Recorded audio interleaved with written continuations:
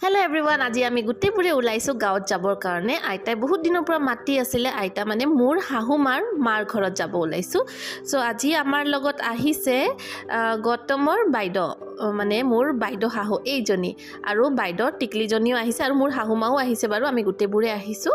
আহি পোৱাৰ লগে লগে আমাৰ বাচ্চাকেইটা এই হাঁহ, মুৰ্গী, ছাগলী এইবোৰ দেখি যে কিমান বেছি ফূৰ্তি পাইছে, কাৰণ গুৱাহাটীততো এইবোৰ দেখিবই নাপায় দিয়কচোন। চ' এনেকৈ আইতাহঁতে আহি পোৱাৰ লগে লগে এনেকৈ পিঠা দি চাহ দিলে।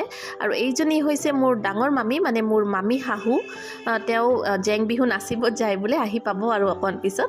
চ' আমি সেইখিনি টাইমতে আমি ভাবিলোঁ আইতাহঁতৰ পুখুৰীতে মাছ ধৰা চাওঁ, আৰু এইবোৰ মাছ আমাৰ কাৰণে বাৰু সেই কৰি আছিলে।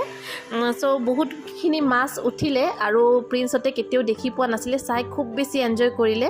আৰু এই মামাজনে যোনজনে মাছ ধৰি আছিল, তেওঁ ক'লে যে আজি দুপৰীয়া সাঁজটো আমাৰ ঘৰতে খাবা বোলা। চ' আমিও ক'লোঁ যে বলক নহ'লে আপোনালোকৰ ঘৰতে ভাত সাঁজ খাওঁ।